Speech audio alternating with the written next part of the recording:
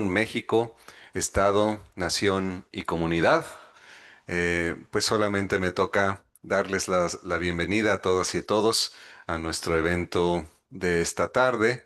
Muchas gracias al jefe de estación, Juan Vega, por todo el apoyo prestado para la realización de este evento.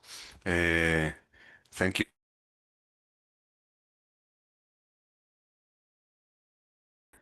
Eh, Muchas gracias también a José Mendoza por visitarnos también. Eh, Muchas gracias a todas y a todos las personas que forman parte de esta línea de investigación, por toda la confianza, por todo el apoyo en todas nuestras actividades. Voy a dar la palabra a continuación a Roxana Rosas para que presente a nuestras expositoras del día de hoy. Muchas gracias. Al contrario, muchas gracias a mi colega Enrique por esta bienvenida y a quien pues debemos en gran medida también el desarrollo de estos trabajos en el marco del Simposio Internacional. Quisiera muy brevemente dar una antesala de cómo llegamos a este día.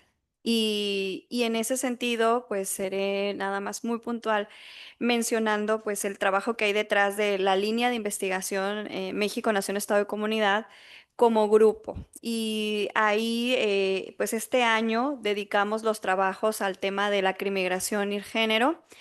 Y el proyecto que tenemos es precisamente escribir un libro sobre ese tema, sobre ese eje temático, con, por supuesto, la participación y la inspiración que el día de hoy nos brinden las dos ponentes profesoras que están el día de hoy presentes y cómo pues este trabajo colectivo que hemos venido desarrollando en el marco de la línea de investigación, pues siempre o en la medida de lo posible pretende lograr una obra o una publicación que es un libro. En este día tuvimos la fortuna de contar con un programa artístico. Es la primera vez que realizamos esto en el marco de los trabajos de la línea de investigación y solamente una vez al año nos reunimos de manera presencial y este es el día, ¿no? Que estamos aquí. También pues agradecer a quienes nos acompañan de manera presencial y a quienes también nos están viendo y escuchando a través de las plataformas digitales. Sin más, agradecida por pues esta participación de las profesoras tanto de Amelia como de Rebeca de las universidades de Washington y de la Universidad de San Diego por esta colaboración, por esta participación y pues brindarnos su tiempo. Es para nosotros en verdad un honor tenerlas aquí el día de hoy y nutrirnos pues del conocimiento y su experiencia. Vamos a presentar primeramente a Amelia Wirts. Ella es profesora adjunta de filosofía en la Universidad de Washington, Seattle. Sus áreas de especialización son la filosofía del derecho y la filosofía social y política. También trabaja temas de feminismo y filosofía de la raza. En concreto, su trabajo se centra en las formas en que los sistemas jurídicos pueden oprimir por motivos raciales, de clase, de género, entre otros, así como en comprender la opresión si se trata de una situación sistemática o estructural. Su trabajo actual se centra en el sistema de justicia penal estadounidense, incluyendo la actuación policial, el castigo y la adjudicación. Amelia también tiene intereses en el liberalismo y las críticas al liberalismo, la teoría crítica de la raza y el feminismo crítico de la raza y los fracasos y éxitos de la ley contra la discriminación. De ahí la relevancia de tenerla el día de hoy presente para efecto pues, de poder conocer pues, esta intersección que existe entre la crimigración, que pues, fusiona tanto el derecho penal como el derecho administrativo migratorio y el género, en esta decisión que ha tomado la línea de investigación de hacer un abordaje desde el género y los feminismos. Vamos a ceder la voz a Amelia y posteriormente realizaremos la presentación de la profesora Rebeca y tenemos un espacio de hasta 30 minutos. Muchas gracias.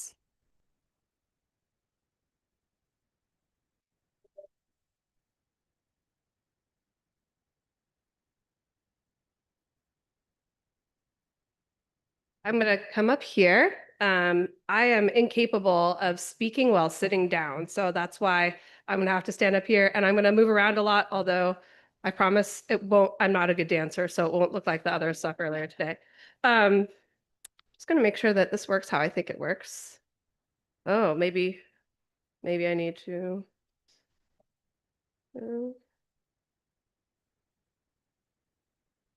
There we go. Okay. So what I'm going to do, I am going to start my timer. So today I'm going to be talking to you about a project that I've been working on that really comes out of some specific literature in the philosophy of punishment. But what I want to do is really bring this sort of fill out some of the questions that philosophers of punishment are asking by thinking more through some lenses that we get from feminism and philosophy of race and really understanding the way structural oppression works. And I think that can help us understand why we get some of the injustices that we do in the criminal legal system in the United States. My context here is the United States, but I do suspect that a lot of these same things are at work in all kinds of places, and I suspect there will be really strong parallels here in Mexico as well. So today my talk is called Criminally Disadvantaged. I'm going to have to stand close to the microphone. Criminally disadvantaged, why it's unjust to punish some disadvantaged people. So my plan for today is, can you all see that? I always put too much text on my slides. All right, so I'll talk a lot. So how I'm gonna proceed today is in 5 parts. I'm gonna introduce this philosophical problem called the problem of punishing the disadvantaged. And then I'm going to give you 2 of the classic sort of responses or sort of solutions to this problem. And I'm also going to tell you how these classic approaches fail. So if you some folks may have read ahead. So if you read some of the articles I sent along, this will be familiar to you, but I'm going to go through it carefully today. And then I'm going to say what's wrong. After I say what's wrong with those 2 different approaches, I'm going to say what a better approach would look like, and I'm going to give you that better approach. It's called the criminal disadvantage approach. Spoiler alert. Okay, so I'm going to introduce feminist-based theories of oppression, and then I'm going to explain how those can help us have a better solution to the problem of punishing the disadvantaged, and then I'm going to conclude. So that's the plan for today. So let's get started. All right, so what is the problem of punishing the disadvantaged? So basically the idea is that several of these philosophers who work on punishment is that when we look at a place like the United States, where there are clear cases of structural disadvantage for clear groups, right? So particularly the main group that these philosophers are thinking about in the United States are Black Americans, particularly poor Black Americans. And they face all kinds of structural disadvantage. They face all kinds of disparities in wealth, disparities in health outcomes, disparities in education and opportunity, and so on and so forth. And the idea that these punishment theorists have is it seems like when a state like the United States has systemically disadvantaged a group of people, there's something unjust about punishing members of that group, even if that person has actually committed a crime that they're actually guilty of. And it's the kind of crime that we really care about, right? Something like murder or assault, something that's properly criminalized. And so you sort of get this, this puzzle, right? Which is on the one hand, someone is guilty of a crime. And on the other hand, we have some concern that the state is unjust in punishing them because the state has already caused their disadvantage. But the philosophers of punishment kind of try to figure out, well, what is the story that we can tell? How can we explain this feeling, this intuition that we have that there's something unjust here? It seems like it's always just to punish someone who's guilty. So why might it be unjust for the United States, for example, to punish, for example, very poor Black people, right? And of course, this comes up with not just poor Black people in the United States. We often also think about the Latinx community, Indigenous people, and very poor people of all races. Similarly, Canadians working on this problem will think about Indigenous folks. People in the UK will think more in like an Afro-Caribbean framework. But this problem comes up in a number of places, right? So how do we explain this injustice? Oops, these move separately. So what I want to highlight here are some of the sort of nuts and bolts of this problem. So with the problem of punishing the disadvantaged, we assume that there's a severe, systematic, group-based disadvantage. Some group is suffering that. And we also are assuming the blameworthiness or guilt of the offender. And so those things are built in. That's part of the puzzle. And we also want to distinguish this particular question of what makes it unjust from the idea from the question of whether or not, all things considered, it is appropriate for the state to punish them. So it might be the case, for example, if you are an abolitionist, right, like a punishment abolitionist, you might think it's always unjust for the state to punish anyone. But I still think you could say there's some particular injustice that happens when a state like the United States punishes someone who is in one of these disadvantaged groups. Similarly, you could think, look, it doesn't matter, all things considered, we still have to punish this person, but you could still recognize that there is some kind of injustice, even if at the end of the day, what we have to do is still punish this person, right? So we're not answering the question today of whether, all things considered, the United States should punish, right? And we're also not thinking about like mitigation, whether or not we could mitigate the sentence, or whether or not the person is excused, or whether or not something like that should be written into the law. And so what we're really trying to do is just figure out what it actually is that is unjust or wrongful about the state punishing a group of disadvantaged people that it has disadvantaged, right? So those are the nuts and bolts of the problem. And there's two classic approaches. You probably can't. Can you read that at all? Okay, good. So there's two classic approaches. I break them up this way. Other people break them up slightly differently, but I think of them as the moral standing approach and the political legitimacy approach. The moral standing approach thinks of punishment as on a parallel with like interpersonal practices of blameworthiness and punishing, right? So in that case, like the state is analogous to a person who wants to blame someone who's committed a wrongdoing, and the person in this case who's committed the wrongdoing is like the criminal offender. And there's sort of like an analogy here where sometimes we think even if someone is blameworthy, another person might not be allowed to blame them. They might have lost moral standing. And I'll say more about this, right? So that's the moral standing approach. The second approach, I think, is a little bit more intuitive to me, at least, but I'm a political philosopher. The idea there is that a state that is unjust lacks legitimacy. It lacks the legitimate authority to compel people to follow its rules, right? So that is the other sort of major competitor, right? And I think both of these classic problems we're going to see, both of these classic approaches run into the same type of problem, and they really cannot explain this intuition that a lot of these philosophers have that I share, that there's something just off about the United States punishing, for example, poor Black Americans. Okay, so the first moral standing argument is based on hypocrisy. So you all probably know a little bit about hypocrisy, just being human beings, right? So I teach a lot of undergrads. Probably some of you out here teach some undergrads as well. So if I'm late to teach my undergrads, right, they can blame me for being late to show up to class, like habitually, right? Now, if I'm always late to class and I find out that my colleague, Jose Mendoza over here, Professor Mendoza, I find out he's also always late to teach his class. I can't blame him for being late to class, right? Because that would be hypocritical of me. But I could blame him if I find out that he's like cheating on a publication. No, he's not.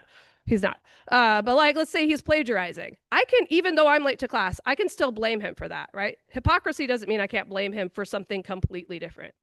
So what we get here is interpersonally, we think of hypocrisy as like a way that you can lose your standing to blame another person when you flout the same value that they are guilty of flouting.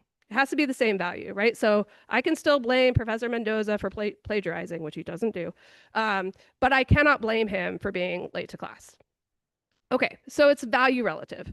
So what theorists have, what this guy, particularly Anthony Duff, has argued is the state is in a similar situation. The state has done an injustice in making people disadvantaged, and it would act hypocritically if it punishes them.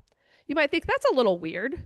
Are the people who are committing the crimes, these disadvantaged folks, are they doing the same type of wrongdoing that the state does when it disadvantages them? That's kind of weird, right? We're trying to figure out what is that value that both the state flouts and the criminal flouts, right? It's actually hard to find a match there. And so what some theorists have done is they said, well, we just think about it in very general terms. When the state disadvantages some group of people, it fails to treat people with equal respect. And when a criminal, let's say someone commits a crime of murder, they're also failing to treat people with equal respect.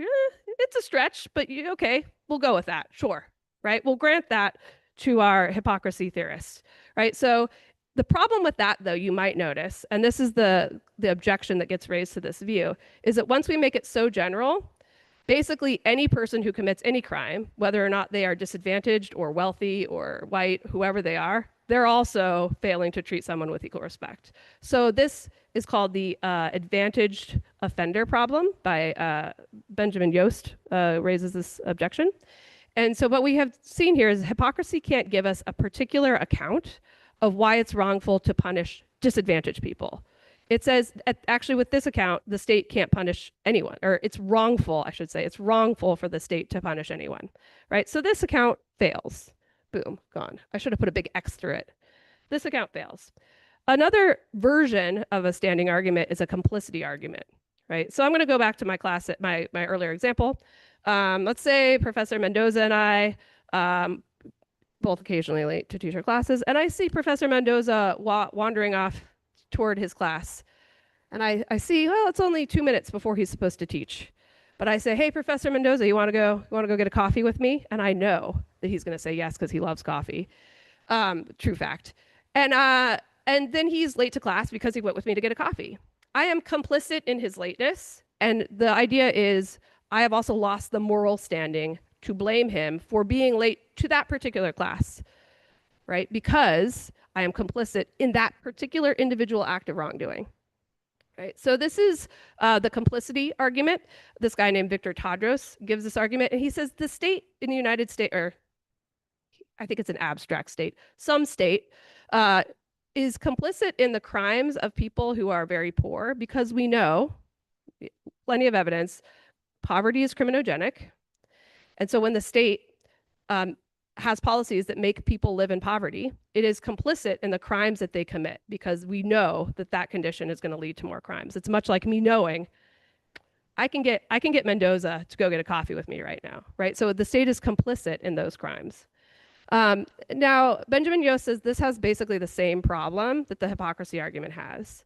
And that is the state does all kinds of things. It has all kinds of policies that have the expected consequence of more crime. The example he gives is imagine the state decides we're going to roll back our enforcement of white collar crimes. Inevitably, what's going to happen is people are going to commit more white collar crimes because they'll think they can get away with it. But and so then the state would be complicit in a person committing a white collar crime. Those are typically committed by well-off people. And so again, we have an example where the state is actually, again, complicit in the wrongdoing of an advantaged offender as well. So again, we have another case where we cannot individually pick out the wrongfulness of punishing the disadvantage. We're just talking about how the state wrongs all kinds of people when it punishes them. Right, so that's the moral complicity, the moral standing argument, those two arguments, and they fail like the same way. You sort of see the parallel. The problem is when the state acts unjustly in these ways under these moral standing arguments, they're just they're losing the capacity to punish all kinds of people, and it doesn't track disadvantage, tracks other things.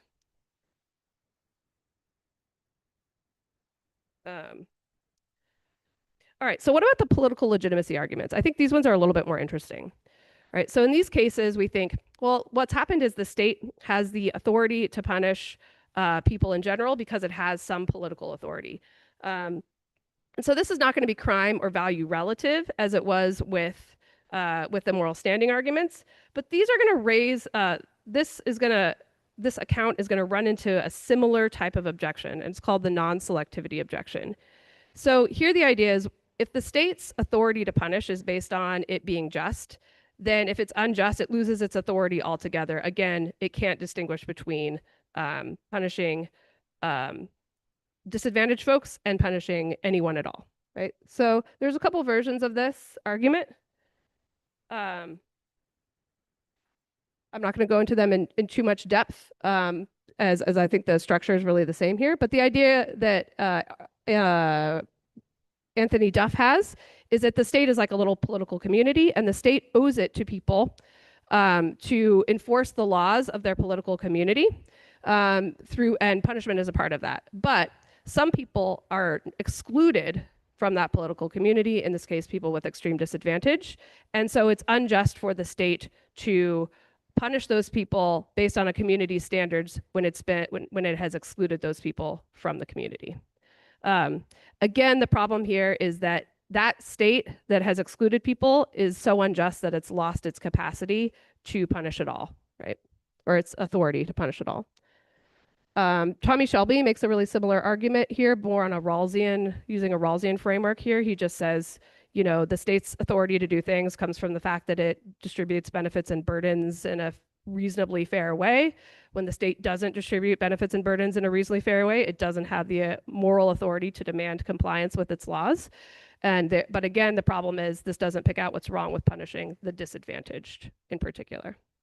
Okay, so those are the accounts, right? So I've given you a little bit of a literature review here. And what I really was puzzled with when I read these was, why are these philosophers doing this way? Like, this is a weird way, I think, to approach this particular problem.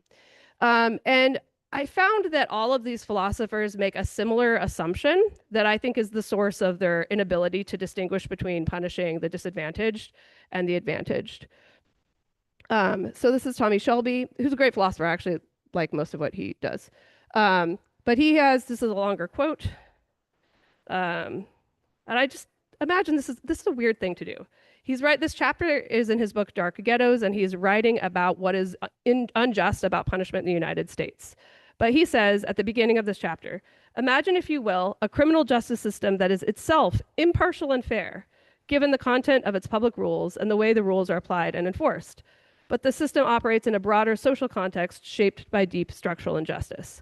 What I want you to notice here is we're assuming injustice, but we're assuming that the criminal legal system is not unjust. That's kind of an interesting move, a little bit strange. And actually, if you look at Anthony Duff's work, he has an almost identical paragraph, right, at the beginning of one of his major essays on this. So I think what's going on here is we have what is called an idealized abstraction. This is a term, Honora O'Neill, feminist philosopher, coined it, I think, in a critique of Rawls, as everyone does. And then Charles Mills, another critic of Rawls, really emphasized this phrase. And he says, what some philosophers do is they idealize away the very question that they're trying to solve, right? So these idealized abstractions, all of us philosophers, we can't work with every full factual detail, right? We have to make generalizations, abstractions, right? So I'm talking about the disadvantaged. That's a whole lot of different people with a lot more diversity than is captured by the disadvantaged. But when we're doing philosophy, we have to pay attention to what we're abstracting away from and what we're giving more detail to. And so what I'm saying here is, in the spirit of Charles Mills and Honora O'Neill, I think we've abstracted away something important when we've abstracted away the injustice of the criminal justice system or the criminal legal system. So classic accounts assume that the injustice is in society or in the state somewhere, but not in the criminal legal system. And I think this gives us a number of problems. I think it gives rise to the two objections I noted before, but I also think it gives rise to another objection, which I call the group specificity objection. And that is, it's not that this intuition we have when we think about the state punishing certain people, we don't think that it's every disadvantaged group, right? As I said, the paradigmatic example in the United States is poor Black Americans, right?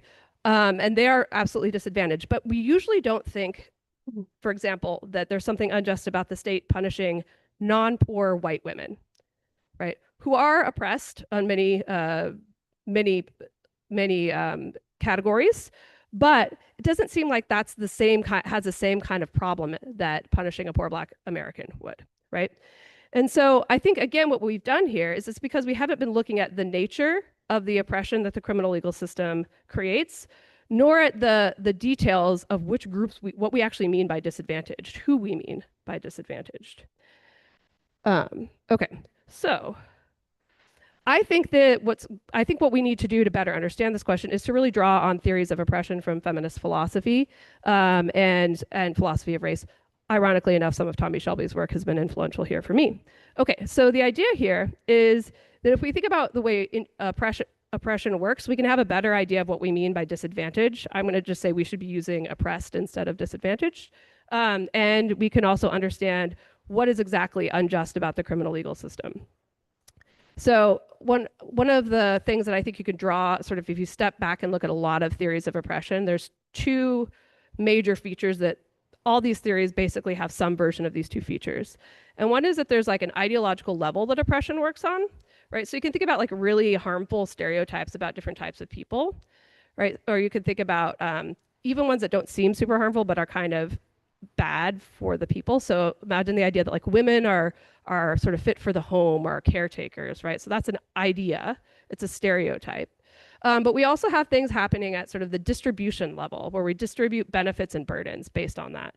Well, that idea about women being fit for the home or being, primarily should be parents or something like that, should be mothers, is that it keeps women out of certain public spaces, right? And so what we're doing is we're distributing public power in a way that's unfair to women, right? So you have both a both a distributional feature of oppression, but you also have an ideological feature. And these two things are mutually reinforcing, right? So they create what a lot of philosophers call a looping effect.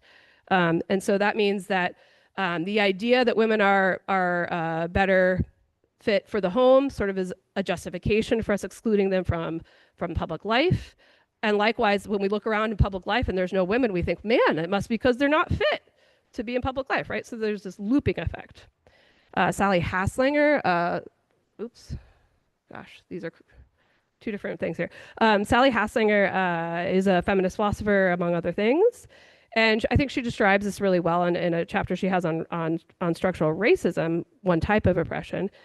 She says, basically, it's not just the ideas that cause the material reality.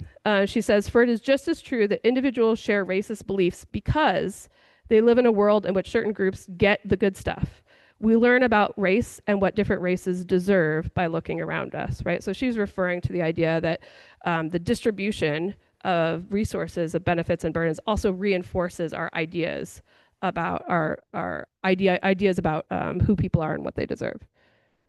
Okay, so my account draws on this. My account of the problem of punishing the disadvantaged draws on these two features of oppression. So I say what's unjust about, for example, the United States punishing poor Black men or poor Black people is that it contributes to their oppression on these two levels, right? So every time a poor Black person is punished in the United States, they get a heavier distribution of the burdens of living in a society because they're being punished, right? And at the same time, it reinforces these really bad, nasty stereotype in the United States and elsewhere that Black people are somehow prone to criminality, right? It's like you've got an example that proves your point, right? So every single one of those punishments contributes to these two features of Black oppression in the United States.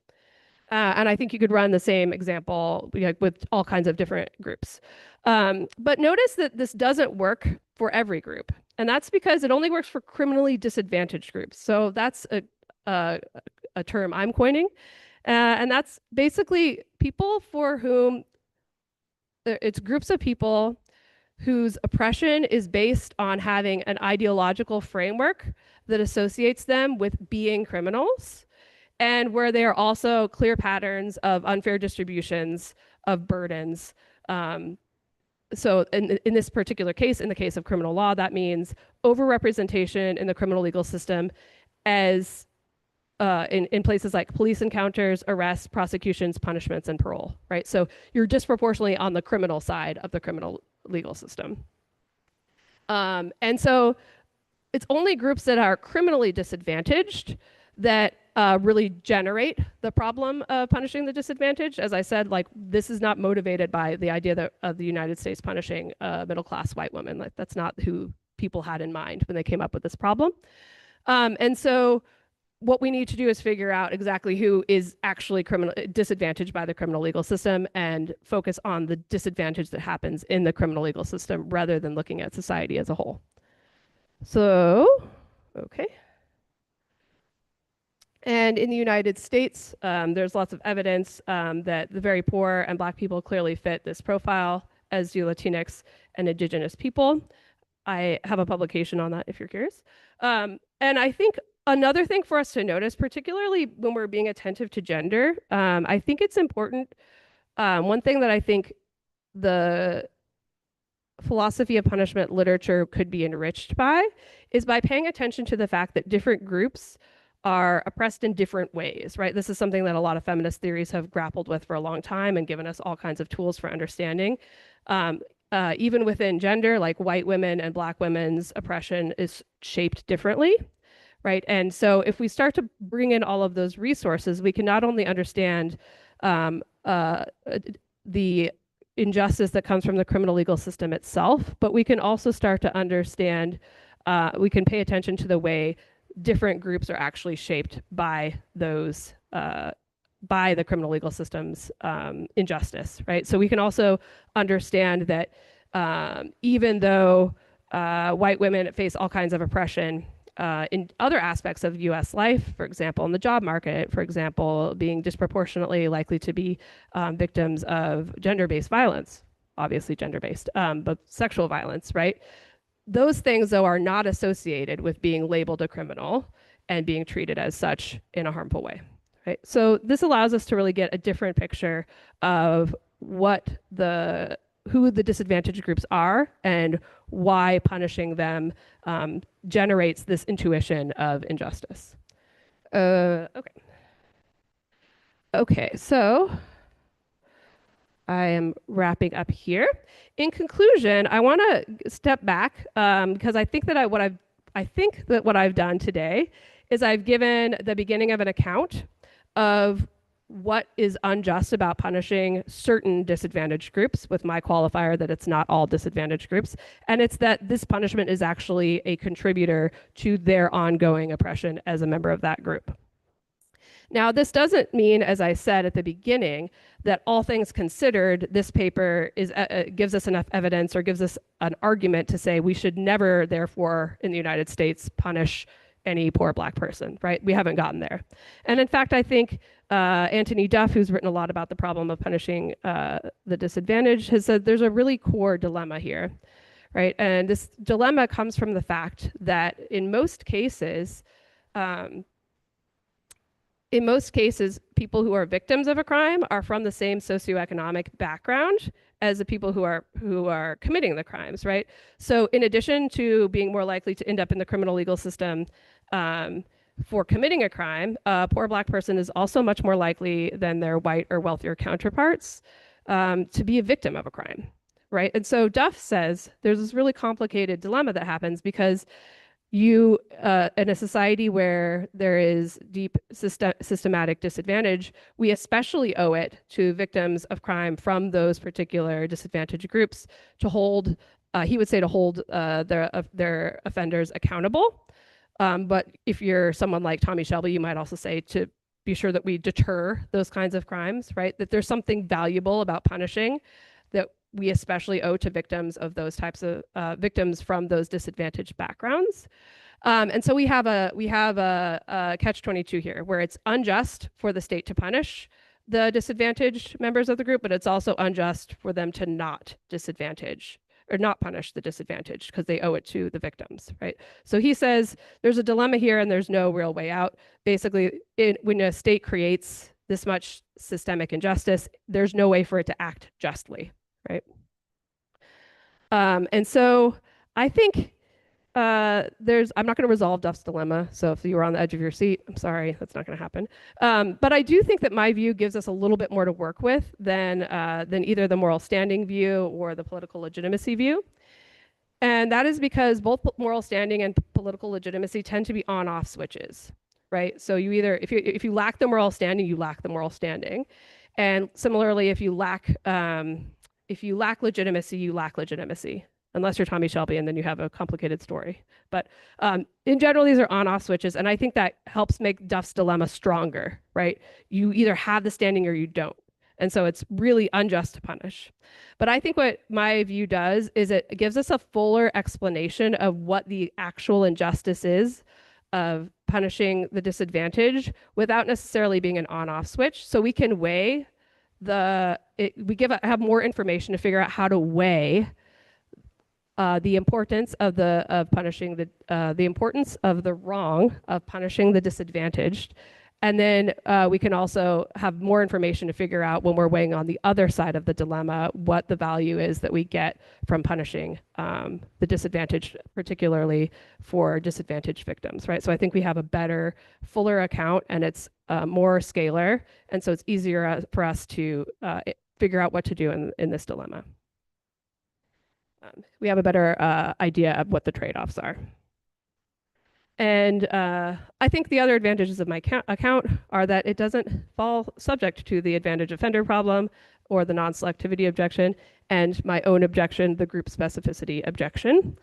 And I think most importantly, bigger picture, I think the methodology that a lot of philosophy of punishment tends to proceed on is a methodology that abstracts away from injustice rather than a sort of a non-ideal theory approach that takes into account, at least in some kind of way, existing injustices. And so I think this theory, my account, is one step on the path toward doing more non-ideal theory of punishment and of criminal law. So that's it. Thank you.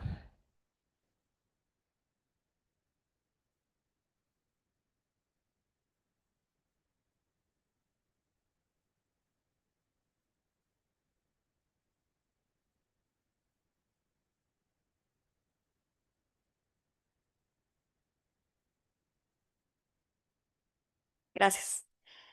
Muchas gracias, profesora Amelia Wirts, por su intervención. Vamos a continuar con la participación de la profesora Rebeca y posteriormente abrimos a preguntas para ambas profesoras.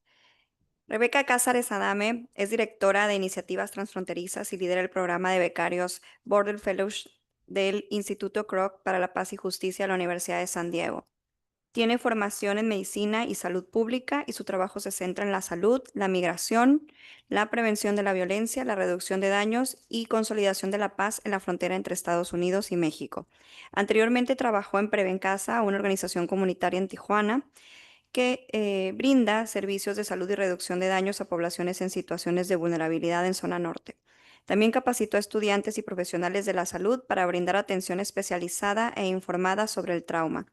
En 2020 se desempeñó como directora del Centro de Aislamiento Voluntario COVID-19 de la zona norte, que brindó alojamiento y atención médica a personas sin hogar. Rebeca también es miembro del Consejo Asesor Comunitario ACET de la Universidad Estatal de San Diego, donde asesora a estudiantes de posgrado que realizan investigaciones comunitarias sobre el consumo de sustancias en comunidades vulneradas. También forma parte del proyecto socioambiental del río Tijuana, un equipo de investigación binacional interdisciplinario que estudia los impactos de la violencia estructural y la degradación ambiental en la canalización del río Tijuana. Ella es médica y tiene una maestría en salud pública por la Universidad Autónoma de Baja California en Tijuana y cuenta con certificación en política de drogas, seguridad y acceso a la salud por la Universidad EFI de Colombia. Bienvenida, Rebeca, es un honor tenerte aquí. Adelante.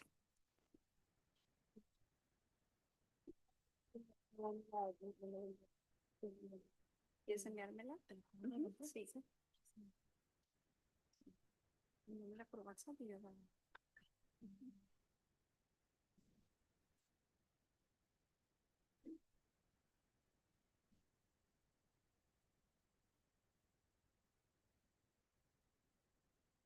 Vamos a pedirle al equipo apoyo para poder proyectar. Les voy a mandar la presentación.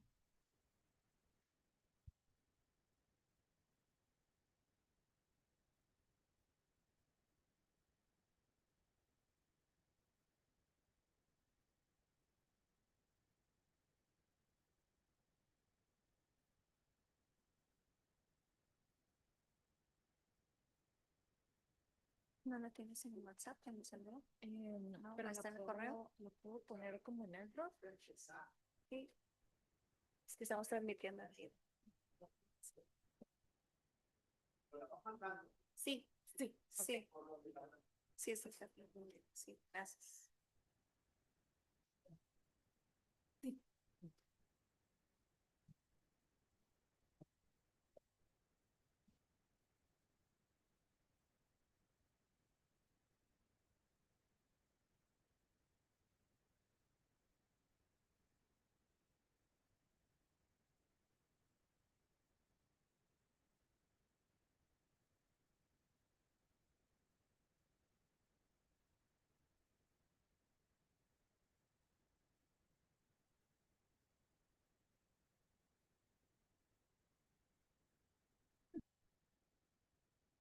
This is already a paper or?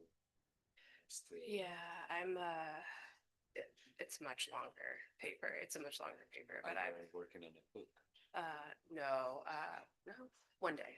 No, it's a, So my presentation is Spanish, but I'll translate. I know I'll say it in English. So my background is in medicine and public health. I used to work for an NGO in Tijuana, Tijuana Zona Norte, so the red light district in Tijuana. Mostly, I started working there in 2014, so I mostly started working with people who had been deported from the United States. It was a harm reduction clinic, so mostly worked with folks who had substance use disorders, especially with opiates. And I do some research on people who live in the Tijuana River Canal, their access to water, police violence related to the conditions of living in the canal, and how migration policy, both in Mexico and in the United States, affect health or influence health decisions in these populations. Over the course of those 10 years, of course, the demographics and the people who we provided services for changed a lot, especially around 2016, 2018, with the arrival of Haitian immigrants and the South American or Central American migrant caravans. So we started seeing a lot more women, children, families come for services at the clinic. And their experiences with immigration authorities, police, et cetera, and how it shaped how they approached health services, how it influenced their health. So that's mainly my background. Right now, I'm working at the University of San Diego at the Kroc Institute for Peace and Justice. So this is an applied research institute. I mostly focus on practice. I work with a group of fellows. I'm going to talk about some of the work that these fellows do. So these are people who are working on the ground on either side of the border with migrants and populations who are affected directly by violence, and how communities respond to different types of violence, and how migration policy affects some of these communities. This is by no means a full account of all the work that's being done in the community, but just some of the ones that I work with. So Tijuana in general is a migrant city, right? We've seen, like I said, this shift of demographics from mainly circular migration, men who would come and work in the United States and were able to relatively easily get back home to either Mexico or Central America. And with the increased restrictions and border policy, especially after 9/11, we see how it impacted more and more the health of some of these communities, but also just the violence dynamics at the border, the level of vulnerability, of oppression, and the unintended consequences of those decisions as well. So I guess following up a little bit with your talk, I'll speak more about in practice what some of these oppressed communities look like, and how it affects their health. Especially when it comes to women, we don't have that much official data that is disaggregated in the way that we can more plainly see how those numbers have changed. But we do have some numbers, mostly from research groups, both international and local, that are documenting as much as they can. Of course, sometimes it's difficult to be able to utilize those numbers to change policy, because since they're not official numbers, these populations are often visibility is low, and that's always one of the challenges. But we do know that from WOLA and migrationpolicy.org in 2023, for the first time, half of the deaths that have been reported migrant deaths along the border, at least half of them have been, or 51% of them have been women. And this is a big change over the past 10 years. So we do know, both from experience of people on the ground and some of the data that's been compiled since, that we definitely are seeing more women, and also more women being on the receiving end of different types of violence. One of the larger effects that we've seen from some of these contention policies, or the externalization of borders, or border policy, especially in Mexico, is that some of the actions taken by immigration authorities, local police, et cetera, to contain migration has been, more either more detentions, more bureaucratic hurdles, et cetera. It does make the job of people who are on the ground trying to provide services or trying to provide safe spaces for migrants and migrant women a lot more difficult, and it makes it more difficult for them to access these services, or to be able to make better choices when it comes to their health, or have access to better services. And of course, we see something like 50% of the people, of the recorded migrant deaths, are women. So we can see it expressed in that sort of numbers. We also have data from UN Women. Acronyms are always the other way around in Spanish, so I'm trying to flip them around in my brain. But the Human Rights Watch, for instance, has reported that women and children in the context of mobility, or who are migrating, are disproportionately affected by sexual violence, psychological violence along the way, and once they get to the border. Especially in Tijuana, this tends to be amplified because it's a border, and because people get stalled here for longer.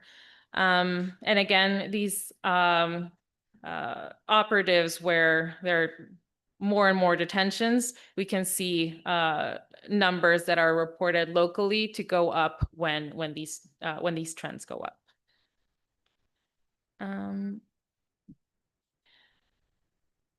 Another big issue is access to reproductive health during the migration process, and once they get to the border, especially since a lot of these women are also experiencing sexual violence, unfortunately, during the migration route.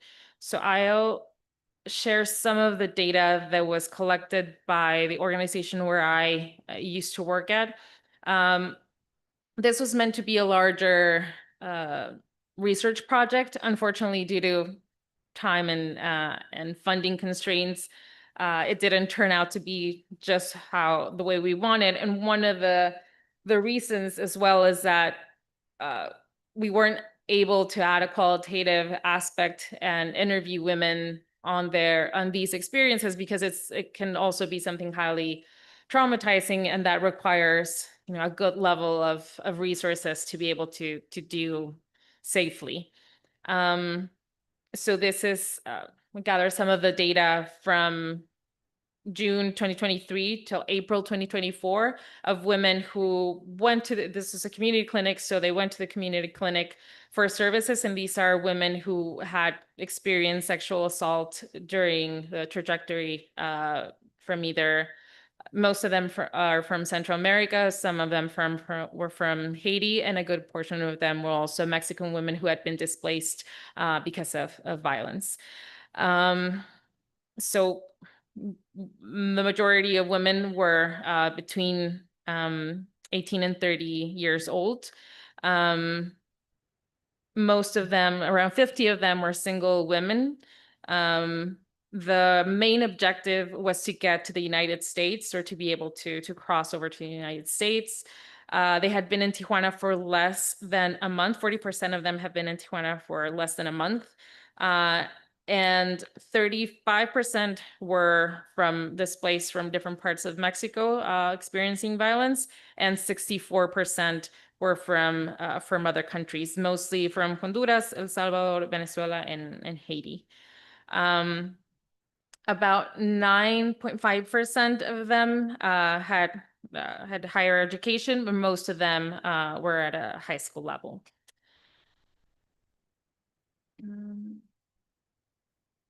57% of these women, even though I mentioned at least half of them were single women, 57.4% of them were traveling with children, and 21% were traveling alone.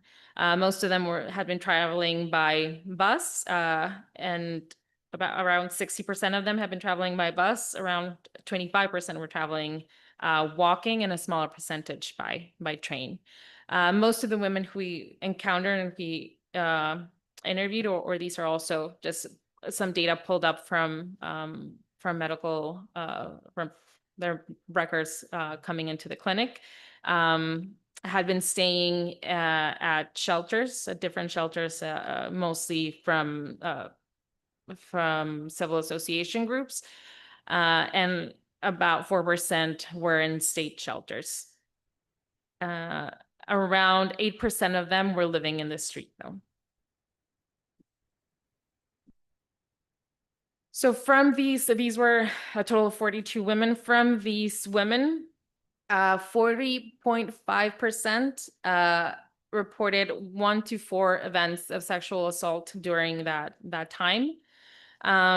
And 31% reported that these had been events in mass, meaning that more than one person committed the assault at least one of these events. 67% of these were people reported were strangers. 26% declined to mention who they were. And 6% reported had been assaulted by a police officer or some sort of law. And the important part here that we wanted to assess was, did they seek help? It seemed, or this project came out because it seemed to us that by the time that we got to see these women, almost none of them had sought either medical health or legal health or psychological health of some sort. Only 21% of the people who interviewed said they had asked for medical health or mental health services. And 16% had sought some sort of legal aid. The main reasons that they gave for not seeking help is that 35% said that they just didn't know where to go. Not all of these events happened at the border, but most of them have been in Tijuana for less than a month. Some of them just happened before, and they said they needed to keep moving, so they really didn't think about it until they got to Tijuana, and by then they didn't know what to do. About 30% said mostly out of fear from either the perpetrators who are still around, or just coming in contact with authorities in Tijuana, especially immigration authorities. Other common motives were just lack of resources. They thought it would be expensive to seek out help. They didn't think it would help, or that nothing would change. And a good portion also mentioned just emotionally they weren't ready to approach this. Just anecdotally, while I provided some of these services, or my colleagues did, it was common that the women who did approach some of these services, or often, it was a re-traumatizing situation. People hadn't been properly trained to see women who had gone through these situations, either in the legal system or in the medical system.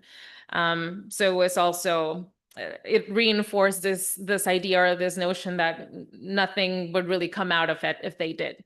So when women talk to each other in the shelters, or they try to seek help, it would just reinforce this idea of why go through this if nothing's going to change. Out of these 42 women, only 7 went to the police to report an incident.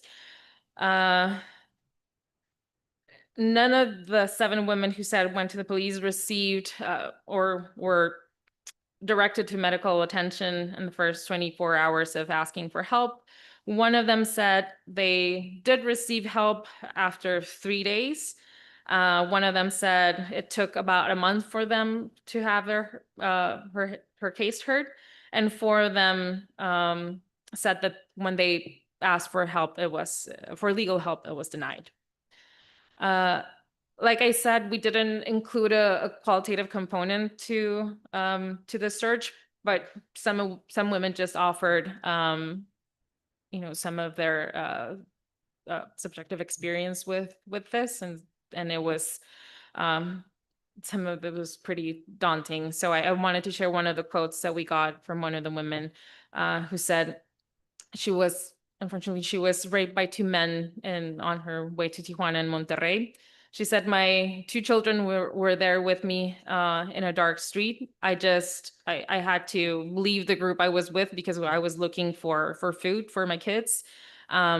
They threatened to kill me and my kids if I said something. But I got up, I walked a couple of blocks and I saw a police car. I asked for help and I told them what had happened. And they only answered that that's what happened that's what happens to me for leaving my country, that I was putting myself and my kids at risk and that I should just go back, and they left. I got pregnant after that, but I didn't find out until I got to Tijuana because I had a miscarriage. This was a Central American woman who's 32 years old at the time, and she has 2 small kids with her. So unfortunately, this is a common occurrence for migrant women during their journey and getting to Tijuana. And one of the main things that we keep hearing when we talk about this is, well, why don't they ask for help, right? So those are some of the reasons that they gave us, but also from the research that we did with and the focus groups with other organizations is, yes, there's lack of knowledge of where to ask for help. There's also a really difficult system to navigate, both in the health and legal systems. It changes a lot. Their access to health, even just the time that I was there, changing from what used to be one healthcare system, morphed to 2 or 3 different things just in that time span. Lack of access is also, if they haven't done all of the procedures to become regularized in Mexico, it's also could be an issue.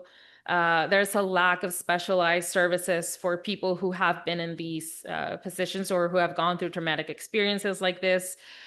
Previous experiences of trauma are really important to take into consideration. People who have gone through traumatic experiences don't normally respond or act the same way as everyone else. So having that in mind is not something that usually happens in our public systems when we think of how to provide services for populations like this. So specialized services are extremely necessary, but lacking in both these systems. They're mostly still living in precarious situations or with structural violence all around or direct violence.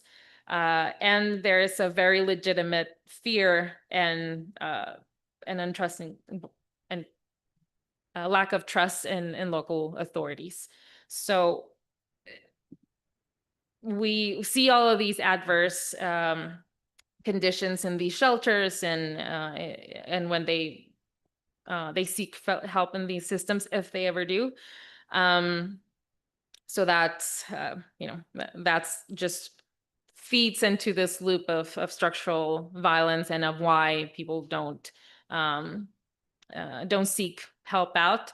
And even when organizations that do look into this or that do document this, it just becomes a matter of, well, they're not coming in to report the crime, or they're not coming into for services. So it seems like this problem doesn't really exist, or some of the numbers seem to even be, coming down, and the nuances of that usually get lost.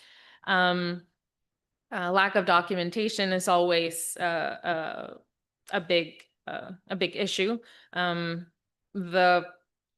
The way the system used to work here, at least, is that usually after a couple of weeks, people would be able to go to immigration services and have a temporary visa or a humanitarian visa, and that has gotten increasingly complicated, where I think right now we're at like a 1 or 2 year, 1.5 year wait if someone goes through that, decides to go through that. Most of the people that we interviewed didn't want to go through that procedure because they believed that it would hurt their chances to seek asylum in the United States if they did so in Mexico. So again, they would put themselves in a more, or the system would put them in a more vulnerable situation, because it was just an incredibly complicated system to navigate and to live through.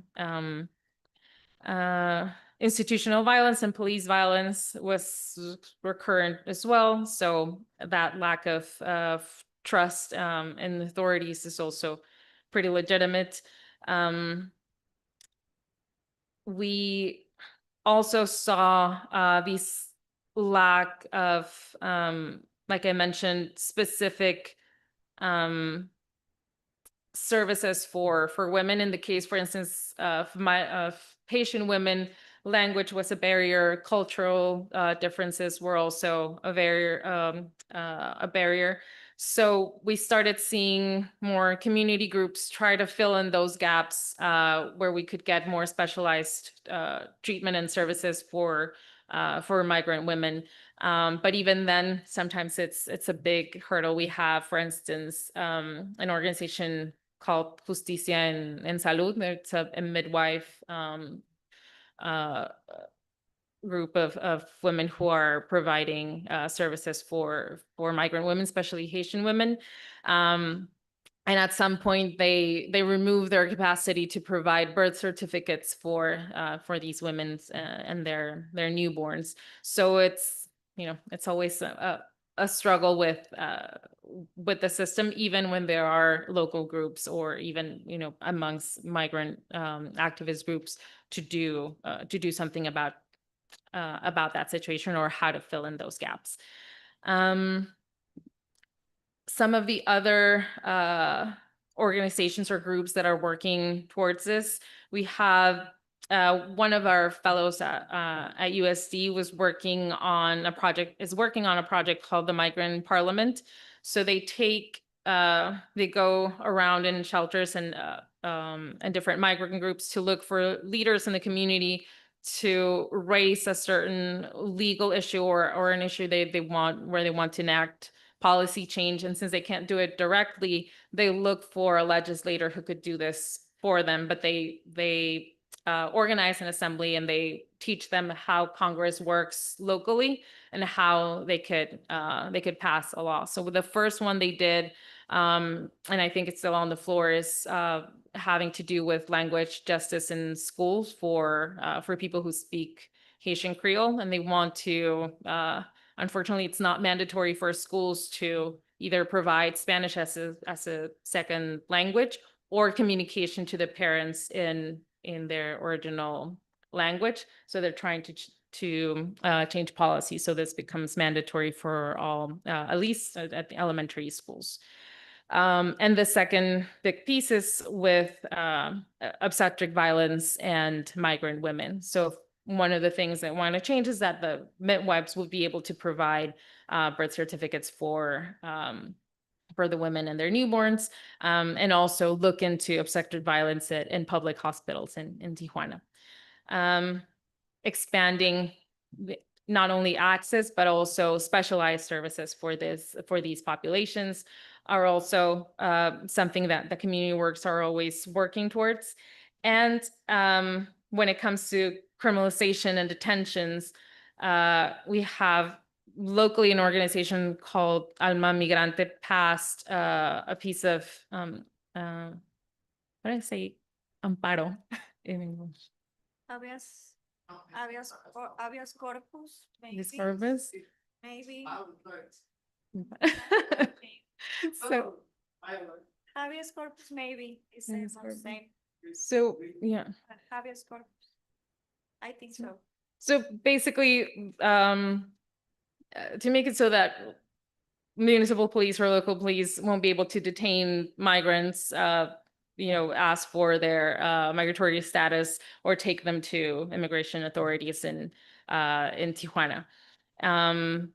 Doing strategic litigation and legal interventions, providing legal aid or doing legal clinics for migrants in Tijuana. But one of the big challenges is that there's a theory and there's a practice is very different.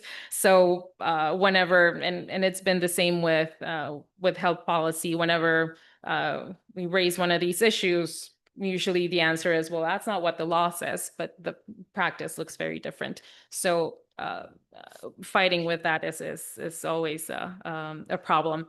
Documenting this, of course, for organizers and for community members has also become more dangerous or more problematic. So it's also a challenge. And finally, well, some of the things that the challenges that persist is like I said, that gap between practice and what the law says is there constantly. Impunity, of course, fear and lack of knowledge of services and specialized services for them, lack of resources and political will to implement some of these reforms and protocols to reduce criminalization and increase standard of treatment for these populations, limiting how limiting some of these public policies are is also a problem. So even if some of them change or are available, the magnitude of the problem in Tijuana is not in par with what these policies can reach, right? The need for some of these mechanisms to be monitored independently is also, like I mentioned initially, we don't have something as simple as disaggregated data to know how many of these women who have arrived are women. Official data of the issues is just either not available or very difficult to come by, especially if there's violence involved. If there are deaths involved, there is just almost impossible to come by unless you're really well connected, and even then they're not often documented accordingly. So a lot of the data that we do have is from different organizations or research groups, and the legitimacy of these are always contested or they're difficult to extrapolate. And of course, as a binational issue, there's always or increasingly policy and anti-immigrant sentiment on both sides. Like I mentioned, influences practice here, the externalization of borders, how practice is being done, criminalization of migrants, just for being migrants and being around in places like Zona Norte, for instance, is definitely influenced by border policy and in the United States. So this is definitely a binational problem. I'm sorry I couldn't project the presentation. I'll be happy to share some of the data and the slides. But yeah, thank you for your time. Mostly, like I mentioned, my idea is here to highlight the work of some of these organizations, how these policies affect people who they're providing services for, and how it affects health and public health. Thank you.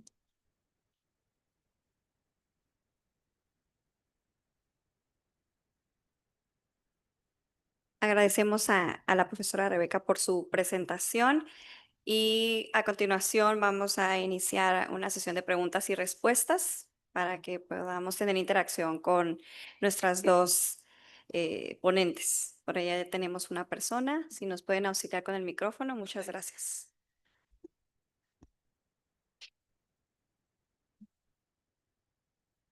Thank you very much. This is a question for Professor Amelia. Uh, this is probably my ignorance because I'm new to the literature and I didn't have an opportunity to read the papers that were emailed yesterday. But I was wondering if there's some work done in the topic of finding that strong relationship, or I don't know if a causal relationship between the what the state is doing or not doing and the crimes being committed. Because I think the discussion can develop around what types of crimes are being committed because of X, Y, or Z, right?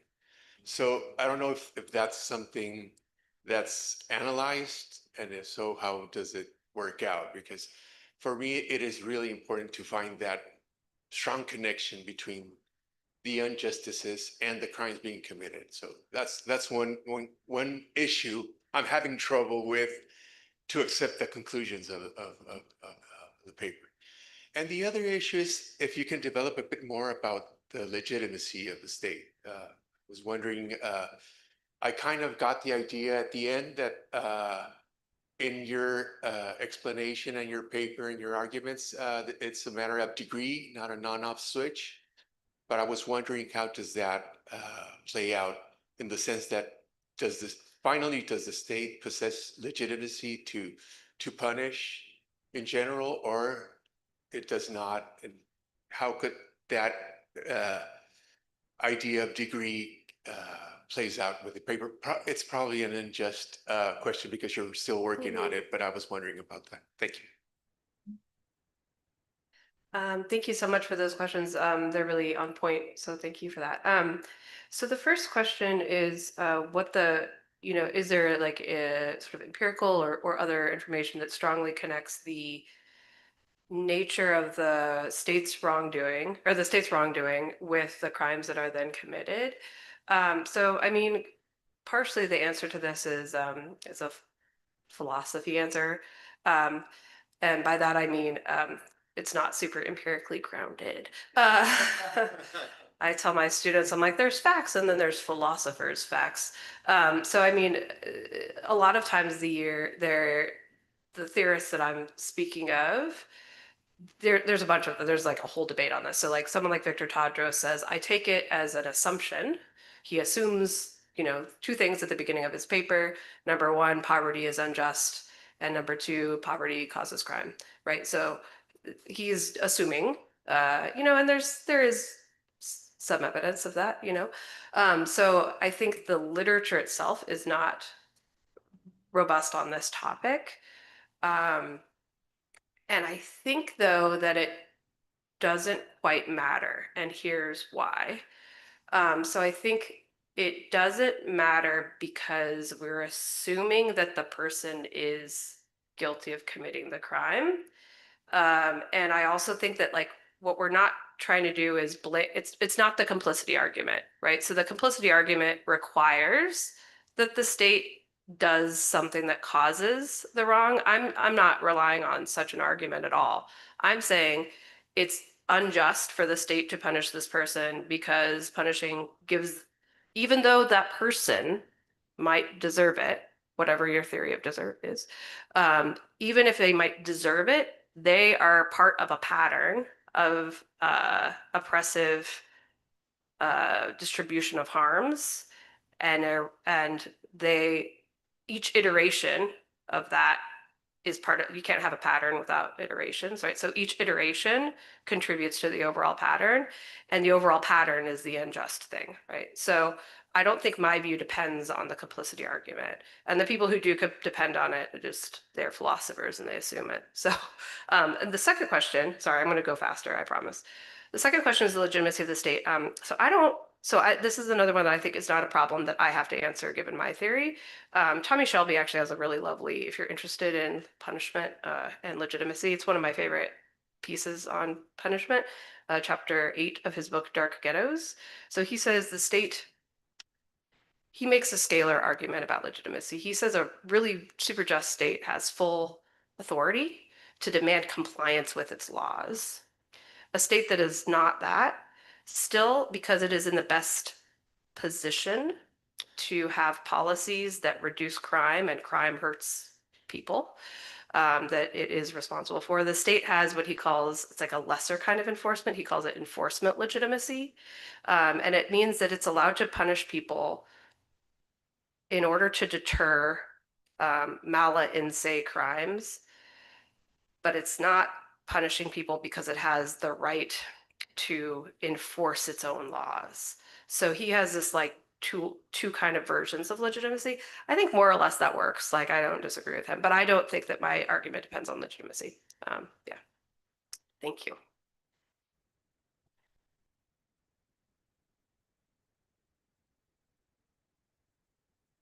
Thank you very much for both of you. They both provide many things for us to think about. I have some questions. First, I suspect that the distinction between moral stand and legitimacy tend to collapse because I see that the way moral stand is explained is more focused on hypocrisy and things like that. But once you translate, states are not hypocritical because they are not persons. So once you translate that into the language, the proper language of international relations, because moral stand of states is actually a subject of that kind of discipline, I suspect that it's going to get closer and closer and closer to legitimacy. At the end, legitimacy is a way to express the kind of moral standards states have in order to issue policy, control borders, and punish and stuff like that. But that's just a suspicion that a feeling that I got when I was reading the papers and listening to your talk. The second thing is I've never been exposed to this literature, so maybe it's a little bit naive, but I was surprised that none of the literature present in the papers mention Kant at all, because the first approach that I heard about this idea was Kant's, and it's quite different from the accounts that you or the literature tend to pick up, and it's the idea of like property.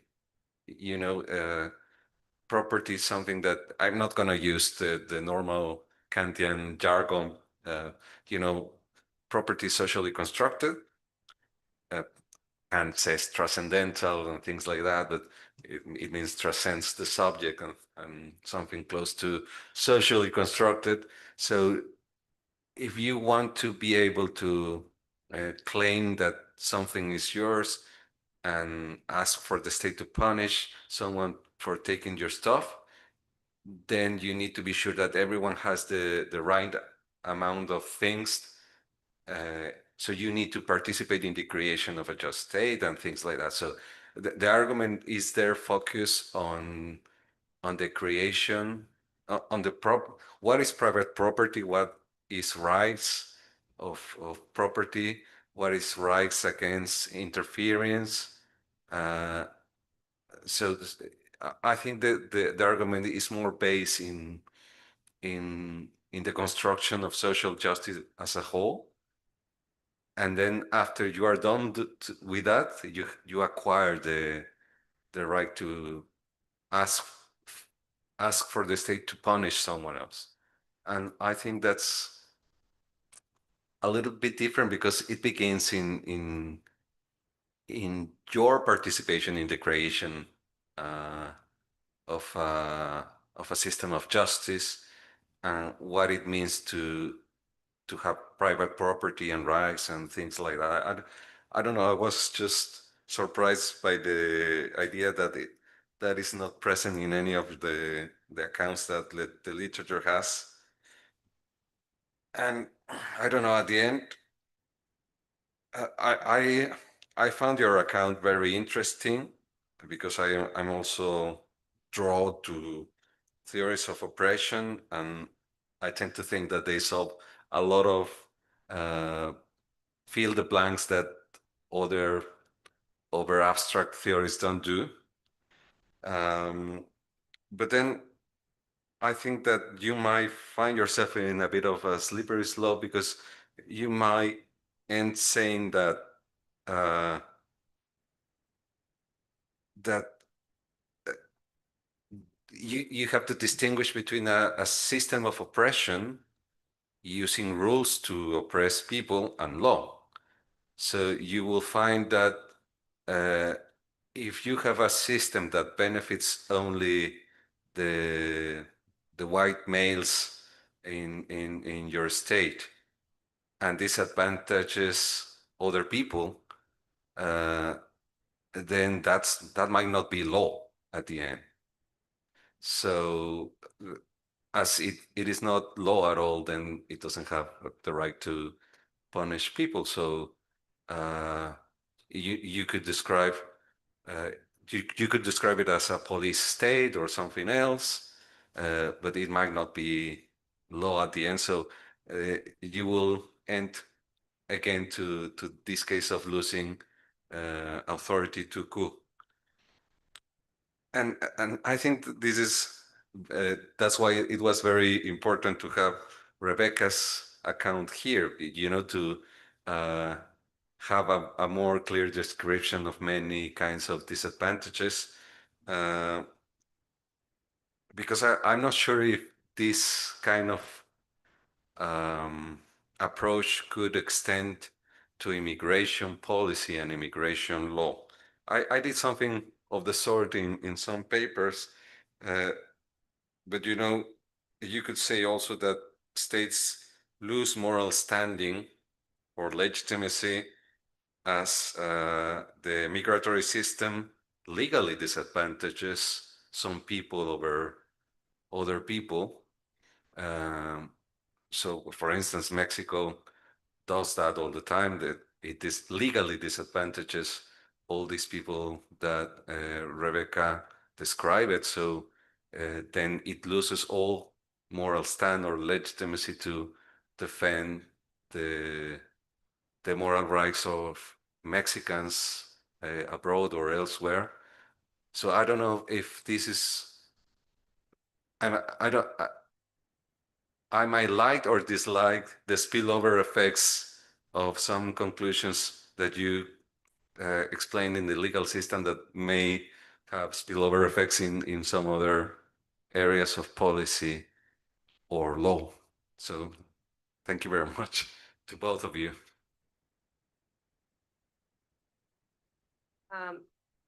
Thank you for that. So, okay, so I think this is really interesting. I think I don't totally disagree with you on the idea that moral standing and legitimacy are not totally distinct. I think actually Anthony Duff, some people call his view a legitimacy account and other people call it a moral standing account because he has them like this. I think the real problem, I don't like the moral standing language because I think it leads us to believe that states are a lot more like people than they are. And I don't think that punishing is akin to blaming. I think there's all kinds of disanalogies there that simply don't work. Even though I think David Brink thinks they're the same thing. But I think, so that's one thing for sure. But the reason that matters,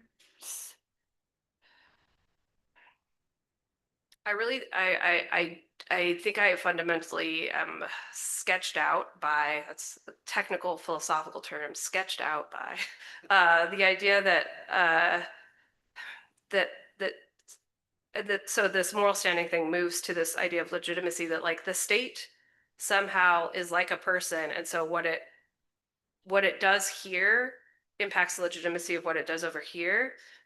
That would be nice, like morally speaking, as philosophers, but like that just doesn't work. It just doesn't. When we look at the world, that's not happening. So I guess I think I end up thinking that we might be confusing ourselves by being too much of a philosopher when we do that. That's my first intuition. Although I can't say that I've thought too deeply about the state's legitimacy than to go act in the international sphere, like with other states. I haven't thought enough about that, and that's actually really interesting, and I want to think about it more. As for Kant, so I think that the way that Kant ends up showing up indirectly in the punishment literature is people give like a fair play account of punishment a lot of times. And by that, they just mean, we live in a society, right? And so you have to bear the burdens of living in a society in order to deserve the benefits of living in society. And punishment is one of those burdens that you sort of accept the likelihood that you might be punished by living in a society where you get the benefits of living in a society. And so I think it's not going to be Kant in a robust sense, but I think actually like this is really close to what Tommy Shelby's underlying view is basically like the state doesn't have this robust authority if it's not distributing things fairly. Now, you have a slightly different version because you said like individuals have to participate in the creation of that. And again, we show up in the world. We're here. I didn't participate in creating the United States, I promise. And so I don't know. I'm here. I do my best. I try to take on some burdens. I don't think I get enough benefits, but so I think I don't know about the creation of, but like the maintenance of, right? So I think yeah. So I think that's where people are not going to necessarily talk about Kant, but I think there's like a rough social contract kind of theory in the background of these fair play debates, and again, Shelby's political legitimacy argument draws heavily on sort of social contract theory. The last point is, I think, an interesting one, but I might have forgotten what it was. Yeah, so yes. So I think, yeah, I think I haven't thought enough about that. But I think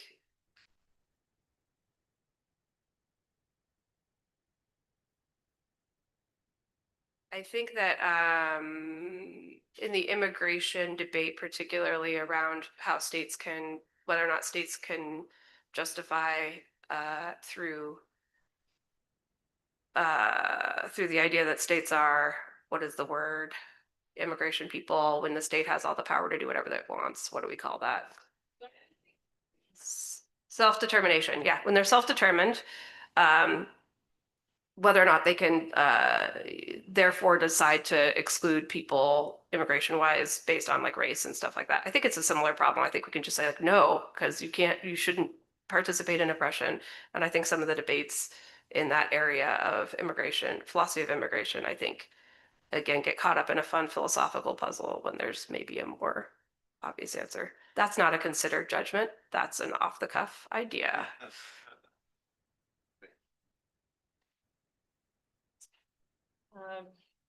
No, I'm just, I think.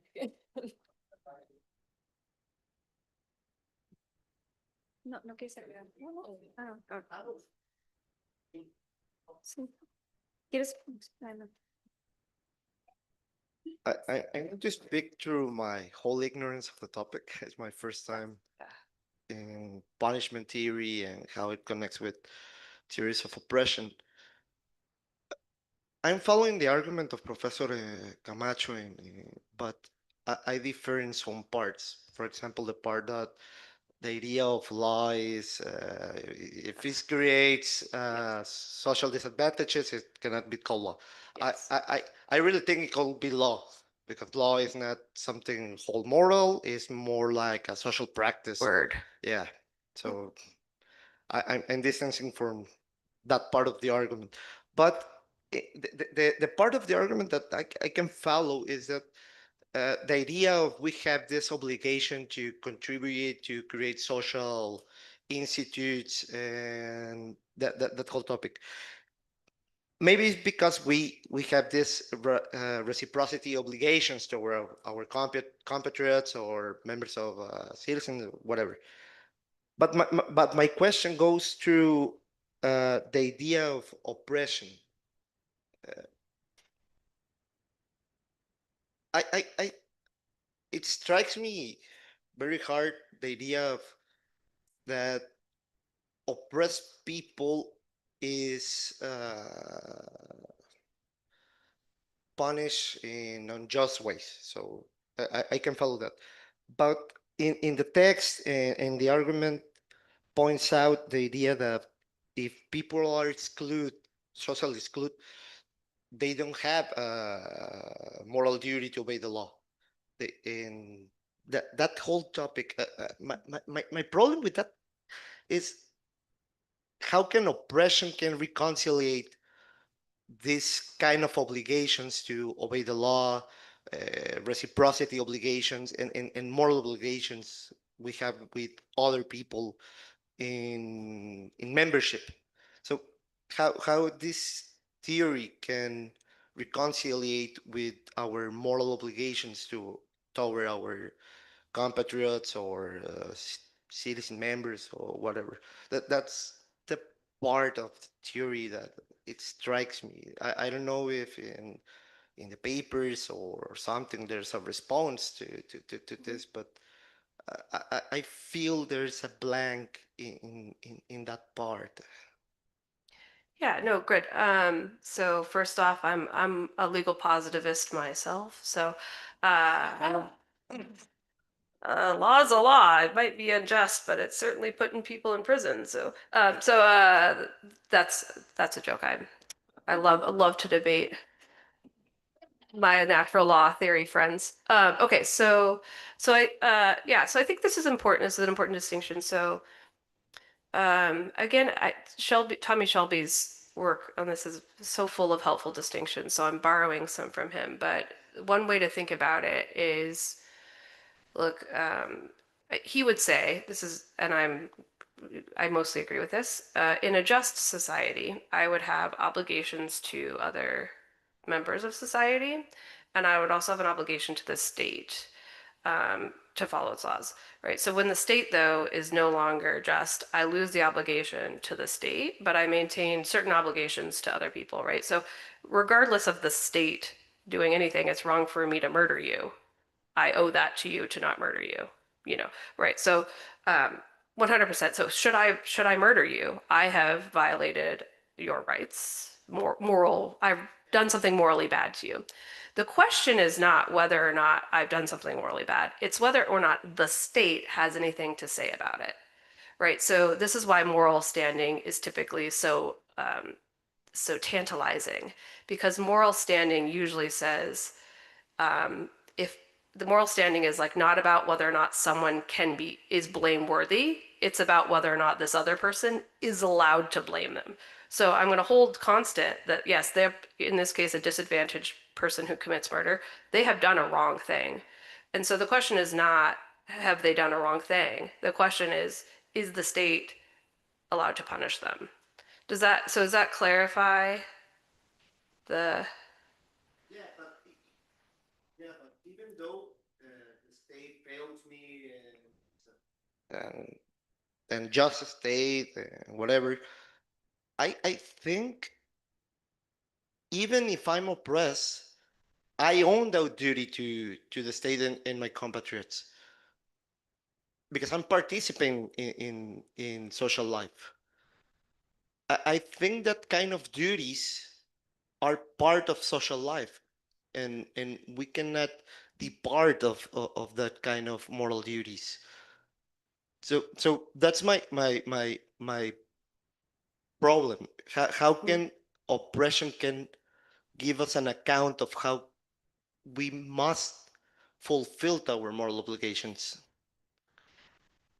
So I think that I think the way that this connects up is that if the oppression is severe enough, Okay. then you just are actually, you're being excluded from Okay. Yeah. the benefits of social life. Yeah. Yeah. So that's how Shelby puts it. Yeah. Okay. Yeah. And Duff in his own way puts it that way as well. Yeah.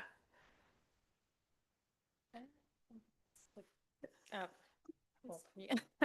Quickly, just thinking about legitimacy. Bear in mind, I don't know anything about the law, very little about philosophy, but just thinking about the question of legitimacy, not only in the sense of from a moral standing, or if you're the one, essentially causing these issues, but also punishing people for committing X crime. What about from a pragmatic or practical point of view, fact that the facts don't, or the data doesn't back up that punishment works most of the time? Is the end to punish or to improve society? If the data is saying, well, for the most part, for most crimes, punishment does not work to improve society, the question of legitimacy again is like, well, then why keep doing it? What's the end goal, right? And I think also just for the comment on oppression, I don't know if it's a matter of having the same amount of or owing the same amount of responsibility within the huge power imbalance and access to the same opportunity. If you choose but not really choose to be in that position, right? Something. Yeah, no, that's actually super helpful. I think, I think like this is in some ways like the core of a lot of the debates in theories of punishment. Like, what are we doing this for?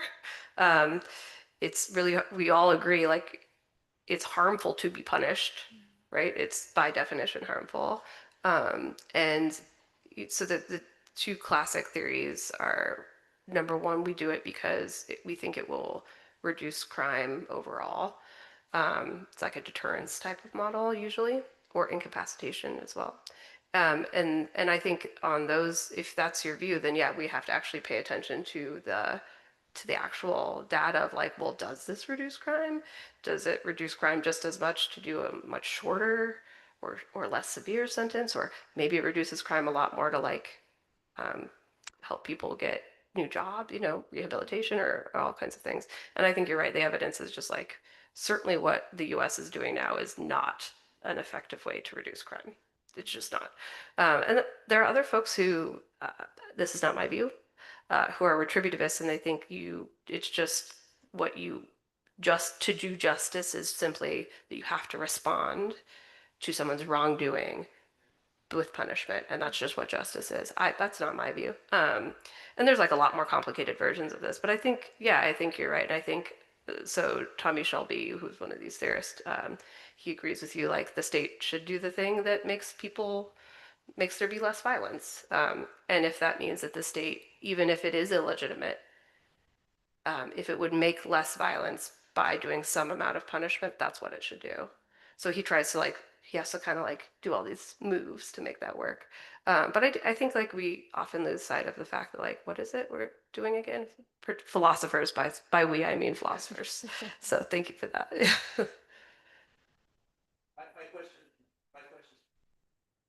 My question is for Rebecca.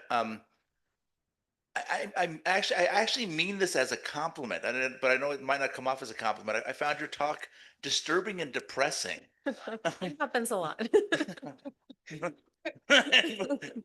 Yeah, I mean, yeah, I know. But I'm actually, it wasn't meant to be loud because I really was. Yeah, it was. I was like impactful in a way, and again, so the brain starts working. Like, how do we fix this? And me being philosophically trained, instinctively, my knee-jerk reaction is more, evidence for open borders, on my team, because the more you criminalize migration, you create these problems by, putting folks in sort of in these shadow situations where again, it's not like these folks are committing murder.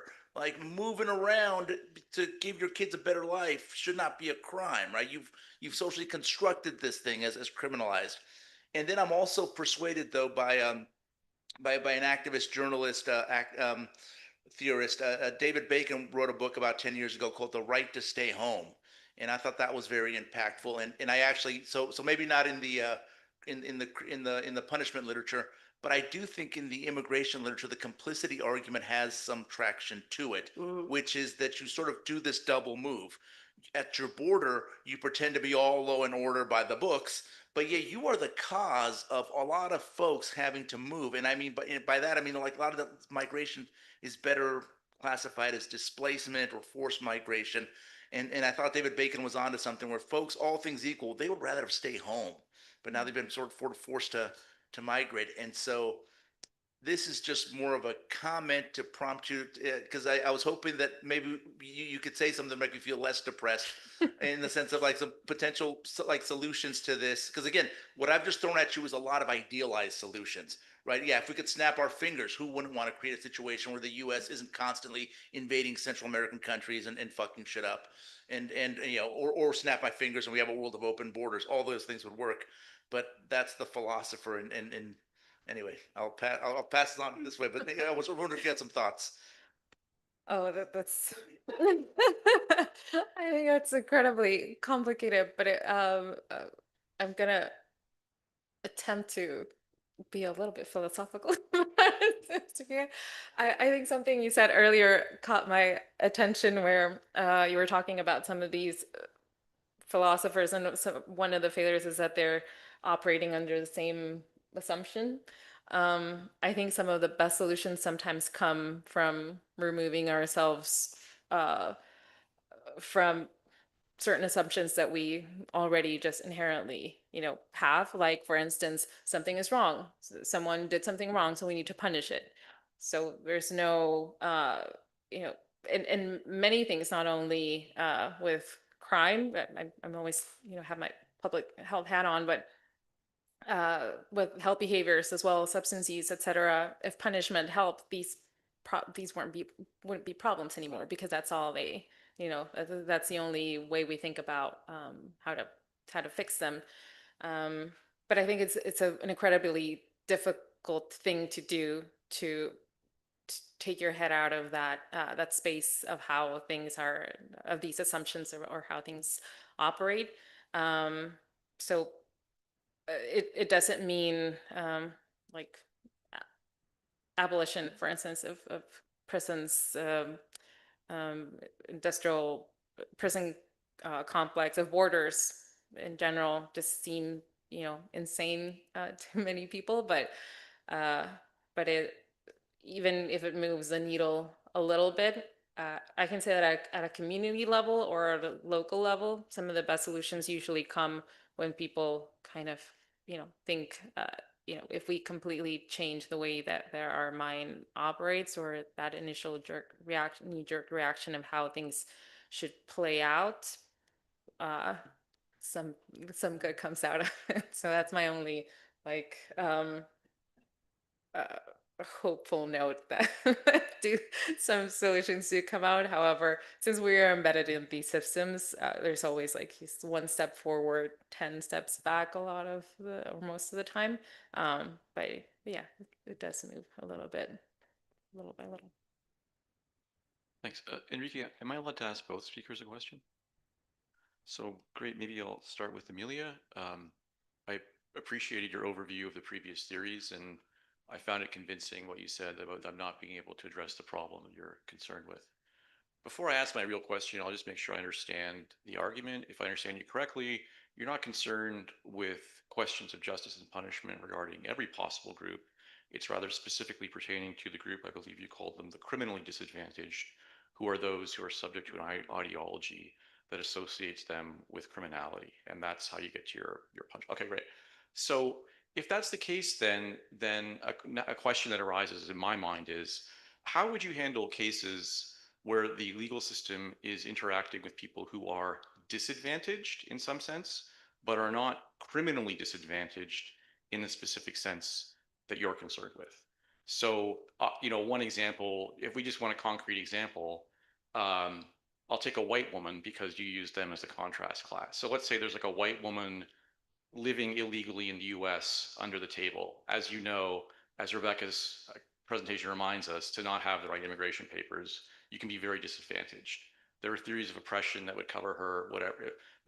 That would be, there's other concrete examples, right? But all we need is, can we wrap our head around the idea of a human being being disadvantaged, but not criminally disadvantaged? It seems to me we could go two ways there. We could say, no, what you're saying, it should apply to them, right? We also need to do that balancing, okay? But if we're saying that, then the stuff about criminal disadvantage, that turns out to be non-essential. There's some other reason, and we can dispense with the emphasis on criminal disadvantage.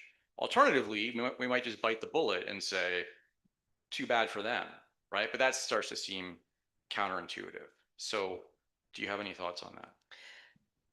Yeah, I'm not sure. So I wonder if you could say more about why it feels counterintuitive, because I would say, yeah, look, it might be that punishment is unjust, period, right? One might be a punishment abolitionist, and in which case that person, and another way that we could go with this is we could say, I think you can actually hold two things to be true.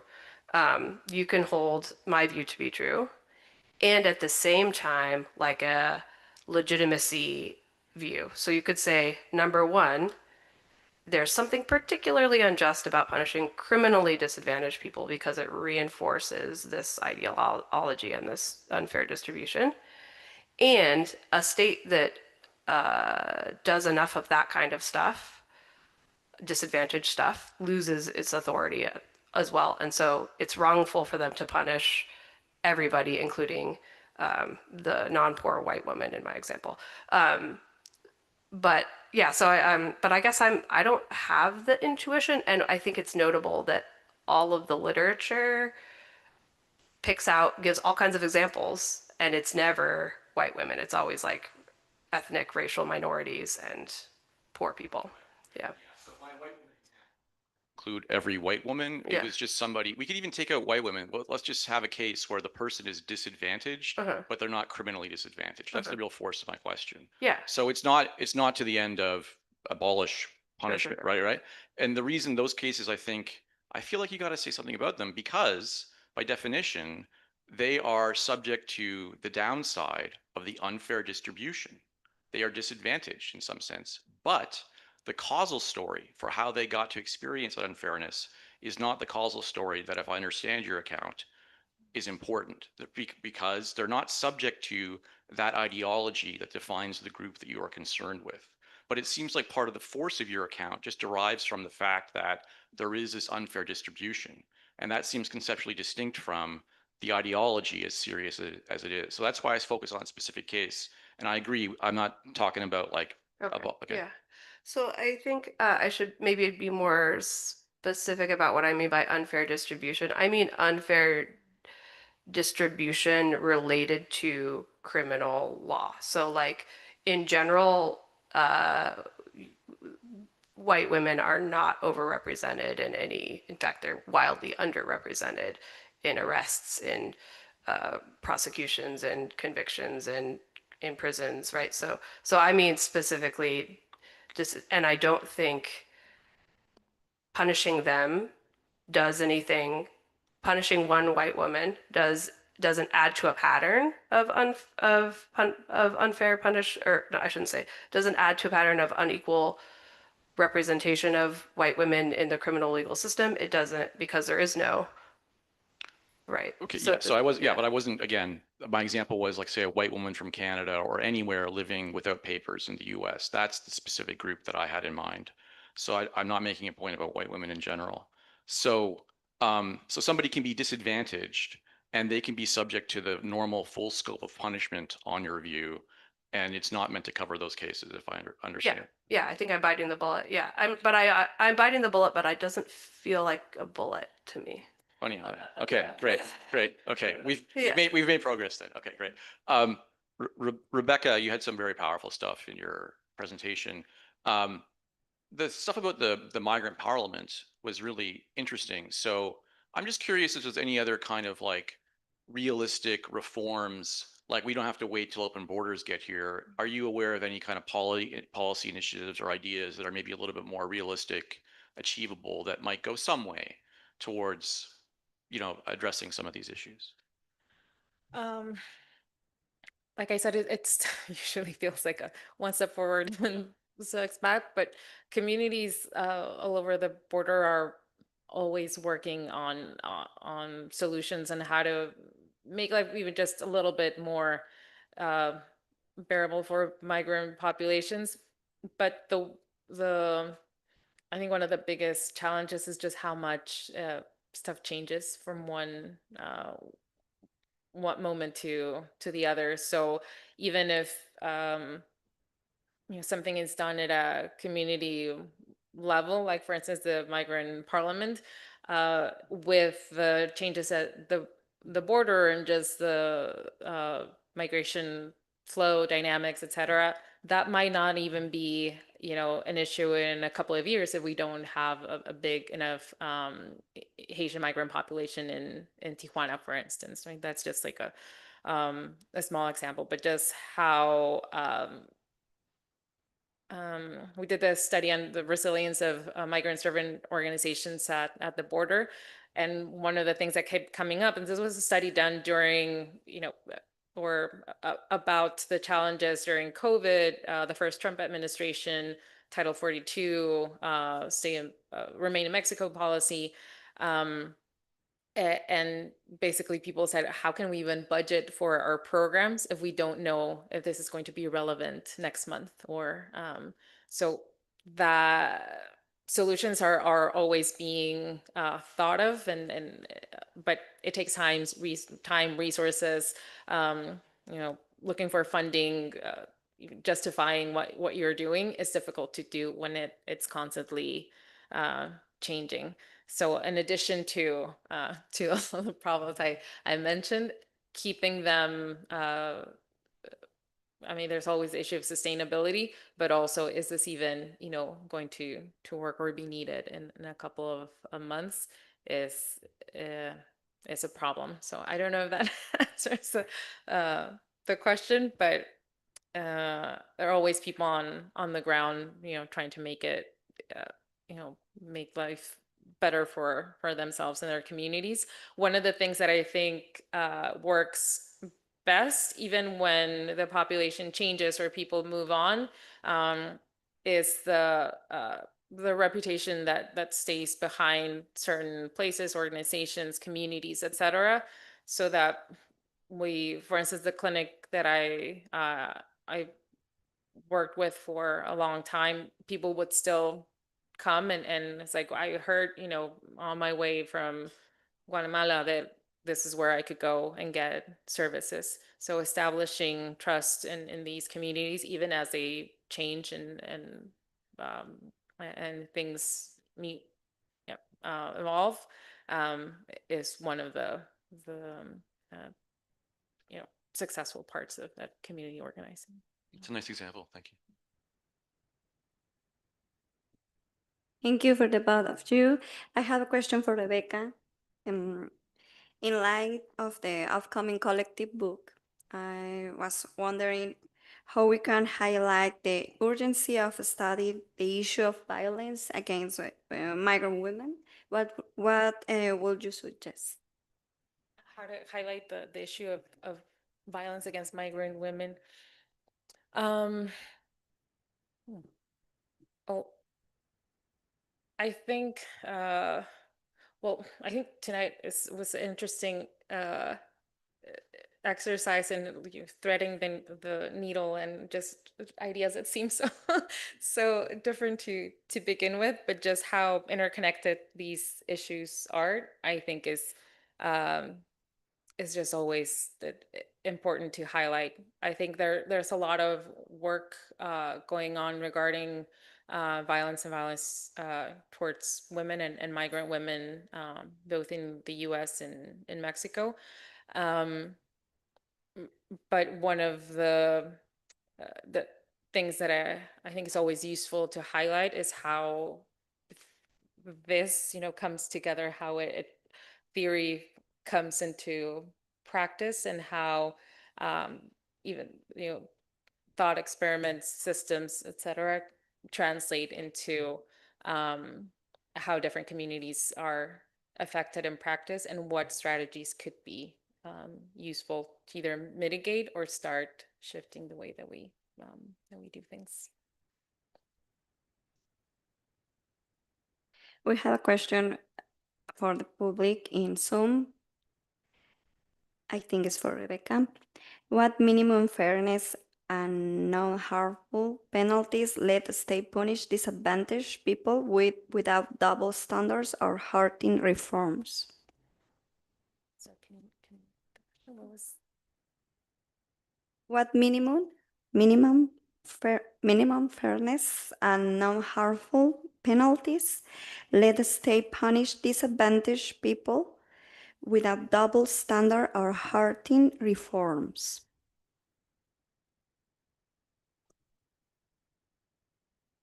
I think it's also, again, a question of what the harm was, who is the oppressed group here, and what's the end game? What are you trying to accomplish with with providing any sense of justice or improvement of an issue that, especially if it has to do with violence. It doesn't mean that there shouldn't be consequences, but how we provide said justice or how those consequences are enacted is, I don't know if there's a minimum for that, or if there's a way to quantify, what's fair in that sense. But I think for communities like these, we just always need to look at the power structures, power imbalances, where who stands to benefit from the decisions that we make when we think about who, either who needs to be punished or what